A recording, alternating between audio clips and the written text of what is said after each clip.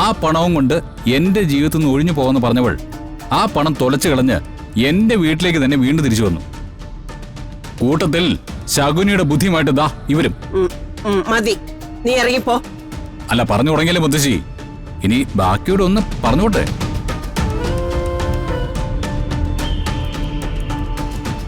അതെ, ഇപ്പോ നിങ്ങൾക്ക് എല്ലാവർക്കും ഇവര് ശമ്പളം എണ്ണി തരുന്നില്ലേ? എല്ലാവർക്കും കിട്ടുന്നില്ലേ? നിങ്ങളെ എല്ലാവരും കൊണ്ട് മുതലാളിയമാന്ന് വിളിപ്പിക്കുന്നില്ലേ? ആ പണത്തിന്റെ സോഴ്സ് എന്താണെന്ന് നിങ്ങൾക്കൊക്കെ അറിയണോ? ഇവരിപ്പോ സിനിമ പിടിച്ചുകൊണ്ടിരിക്കുന്നത് ഞാൻ കൊടുത്ത പണം കൊണ്ടാ, അതും 25 കോടി.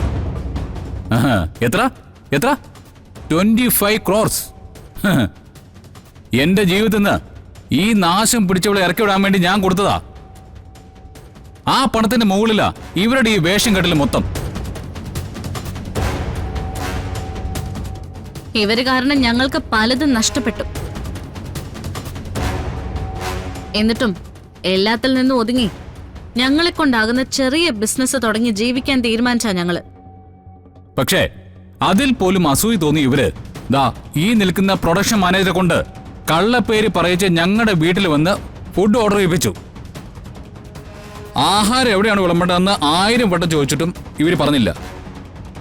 അത് ഇവരുടെ നിർദ്ദേശമായിരുന്നു, ഞങ്ങളെ വെറും ജോലിക്കാരായി ഇവരുടെ മുന്നിൽ കിട്ടാൻ വേണ്ടി.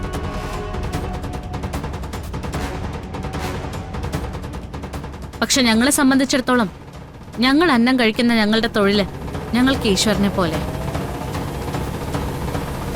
അതിന്റെ പേരിൽ ആരുടെ മുന്നിൽ ചെന്ന് നിൽക്കാനും ഞങ്ങൾക്ക് ഒരു നാണക്കേടുമില്ല. ഇപ്പൊ നിങ്ങൾക്ക് കാര്യം ഏകദേശം ബോധ്യമായല്ലോ.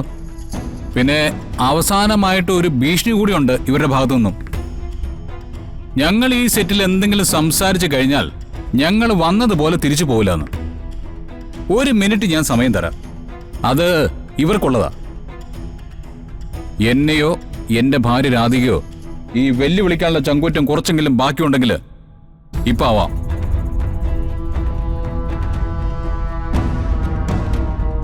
പക്ഷേ ഈ നിൽക്കുന്ന 2 എണ്ണത്തിനെ, ഞങ്ങളുടെ ജീവിതം നശിപ്പിച്ച ഈ 2 എണ്ണത്തിന്റെ കാല് ഇവിടെ തല്ലി ഒടിച്ചിട്ട് ഞാൻ പോവും.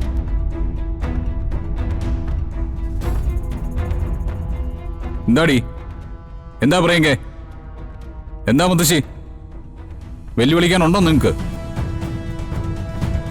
പാത്രങ്ങൾ വണ്ടിയിലെടുത്ത് വെക്കുന്നത് വരെ ഇത് നിങ്ങളുടെ സാമ്രാജ്യമാണ്, ഇവിടെ നിങ്ങളെ നാണം കെടുത്തരുത് എന്ന തീരുമാനം എടുത്താ ഞാനും വരണം നിന്നത്. പക്ഷേ നിങ്ങളിത് ചോദിച്ചു വാങ്ങിച്ചതാ. അന്തസ്സില്ലാതെ ജീവിക്കുന്നവര് എല്ലായ്പ്പോഴും ഇങ്ങനെ തന്നെ ആയിരിക്കും. കൊട്ടും തട്ടിപ്പറിച്ചും കൂട്ടി വെച്ചിരിക്കുന്ന കോടികള് ഞങ്ങളുടെ കയ്യിലൊന്നുമില്ല. പക്ഷെ ജീവിച്ചു പോകാനുള്ള ആത്മാർത്ഥതയുണ്ട്. രാധികേ, ഇനി നമുക്ക് പോവാം. അല്ലെങ്കിലേ മുത്തശ്ശി ചിലപ്പോ ബോധക്കേട് വരും. പ്രിയങ്കേ, നീ നന്നായിട്ട് അഭിനയിക്കുന്നവളല്ലേ?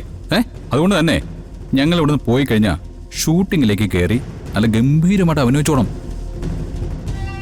Good luck Radhika. വാ.